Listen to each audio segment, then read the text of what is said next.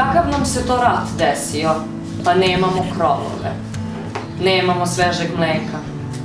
Kakav nam se to rat desio? Pa smo postali stranci u sopstvenim zagrljajima. Ako je ljubav, onda je ljubav. Ona je opasna, njene susne poezija koju neću pročitati. Došlo je taman kad je trebalo kao rodna godina, zapalila vatru ne znajući koliko jako mogu da gorim.